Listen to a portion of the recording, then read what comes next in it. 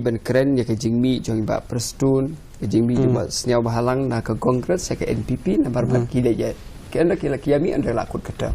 kile ya election pergi beriru ki repose ke fit ni habar respect ke mandin ke wisdom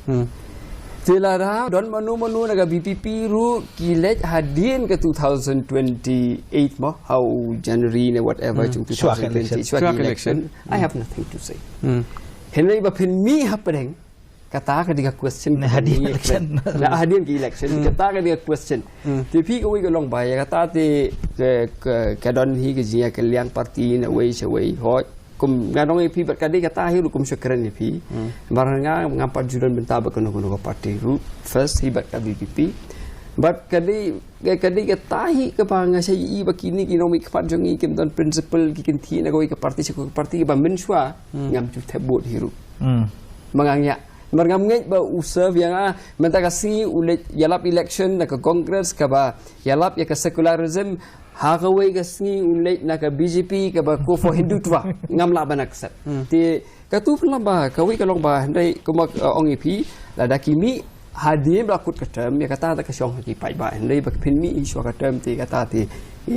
ngarong ipi ngam la banakset da ka diganu ko parti ru wat na ka wat na ka subo menta kong idon na KHDC ngam kwa ba ki MDC jong NPP kan wan sangi stick to your party namar ba pai ba kimrat doan gitu emra kiwan rute sibo ada kiwan dewan hypothetically we may expect ni jingkyntiap seng gen ba yang i cái bang internet pada kalau ba kipai ba mentah kelas tang belum conscious kira kira ban sung thui kata bat ngi hi kom ba jia hi hakin election balada te kim da kipai bang i ba kim bon ban nga penganoi pi ka bor hi ka ban penkut kumia kan ni ka politics kan tiap seng ka dei tang pai ba ada pai ba ai ka jingkersan kanoi pi kini ba million ban kan tiap seng kan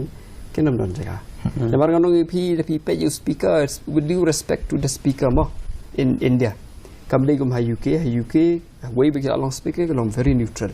hang ni hi penlam bagi speaker hi bun sen kimi ke controversies ki ba shi bun